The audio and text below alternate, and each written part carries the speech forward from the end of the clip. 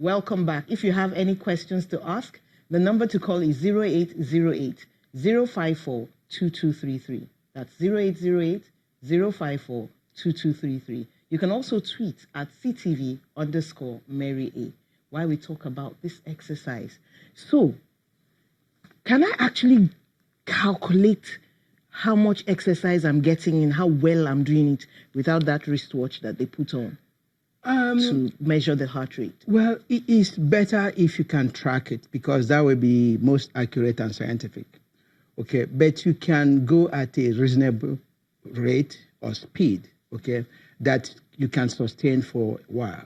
Okay. So that's about the aerobic exercise. The other one that you need to do is the strengthening resistance training, okay, where you are adding some weight. And that one is... Like planks? Planks is fine. That's, how about press-ups? Push-up is fine. You can have, bells, exercise, different... So all of it is good? All of them are good, okay. The what I'm trying to say is that the importance of resistance training is that it helps you add muscle mass. Okay. And the muscle is actually where you burn. 80% of the glucose is burned in the muscle. Okay. So the muscle is the furnace where you actually, so if you have more muscle mass, your basal metabolic rate is higher. In other words, even when you are sleepy, you are burning fat, you are burning this. So the more muscle you have, the more you burn. More exercise, okay. So exercise is very important. Now, when it comes to brain, exercise increases the infrastructure of the brain. Can I hold you there a second, because someone called Yomi is calling. Hello, Yomi. Remy. Yes, hello. What's your question? Good morning. Good morning. Thank you very much. My name is Remy. I'm from Sokoto State. Yes. They said when I put to bed, I noticed exactly after a month, I couldn't breathe well. Okay. So I went to the hospital. They said I should do X-ray. So I was diagnosed with congestive cardiac failure. Ooh. So they gave me some drugs. And ever since then, I've not been feeling better. And I've been going to the hospital, and the heart column is swollen. And I've been taking drugs. At times, I will not even be able to sleep. I'll be breathless. Thank you so much, Remy. We'll ask the doctor to handle it. This congestive heart failure. Yes. First of all, was it the pregnancy that caused it? Yes, possibly. There is a condition you call peripartum cardiomyopathy. In other words, there are some people that go through pregnancy and delivery, and their heart gets weak, and they have heart failure. Okay, so that's a problem. Some of them, after delivery, the heart function with proper treatment will recover.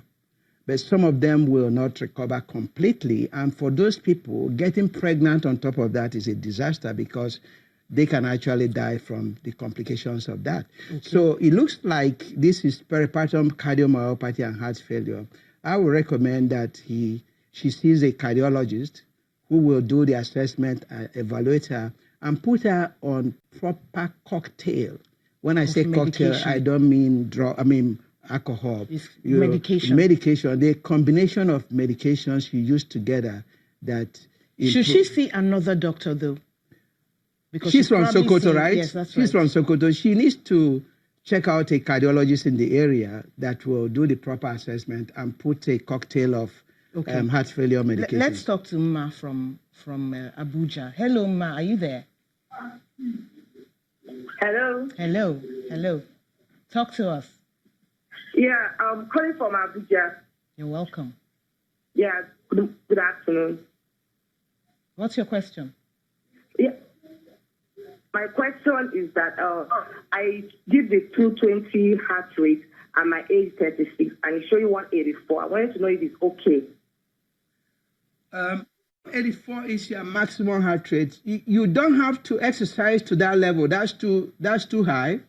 If you can get that to 80%, 70 to 80% of that, that's where you should stay for your regular exercise. 70 to 80% of what? Of 220? Of that 184 she got. Okay. Remember, your maximum heart rate is 220 minus your age. Okay. So if you get that 220 minus your age, that is your maximum. You don't need to exercise to get your heart rate at 100% of that. So get it to 70 to 80% of that number. That is a safe place to keep your heart rate. Wow, that's an educated one. Yes. Thank you so much, Ima. Now, I want to ask another question. Let's go to this dementia of a thing. That cardiovascular diseases, strokes can cause dementia? Absolutely. What do you do to help your brain? Well, the first thing is to prevent the stroke to start with. Okay. Because the dementia is a consequence of